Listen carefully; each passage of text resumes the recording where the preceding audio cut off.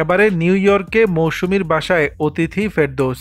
New ইয়র্কে হয়ে গেল 2 দিনব্যাপী সুচিত্রা সেন আন্তর্জাতিক বাংলা চলচ্চিত্র উৎসব।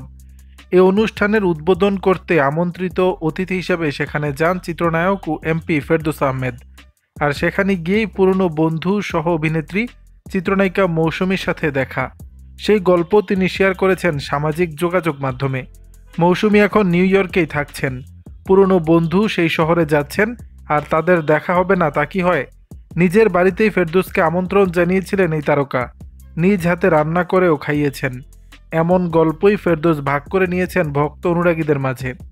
নিউ ইয়র্কে মৌসুমীকে পেয়ে উচ্ছ্বসিত এই নায়ক বেশ কয়েকটি স্থিরচিত্র প্রকাশ করেছেন ফেসবুকে, যেগুলোতে মৌসুমীর বাসায় আপ্যায়নের মুহূর্তগুলো ধরা পড়েছে।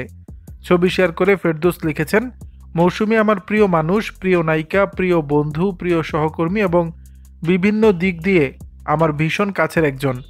অনেক দিন পর সেই মানুষটার সাথে দেখা। নিউ ইয়র্কে কী যে ভালো লেগেছে, কী যে অসাধারণ সময় কেটেছে লিখে বোঝাতে পারবো না। এ সময় ফেরদৌস বলেন, মৌসুমী নিজ হাতে রান্না করেছে, ফাইজা এবং আন্টি পরিবেশন করেছে, তারপর গল্প ও আড্ডা। আন্টি সেই শুরুর দিকের কত কথা যে বলল, আমার এই নতুন জীবন নিয়ে মৌসুমীর কত কথা, কত প্রশ্ন, কত যে আগ্রহ।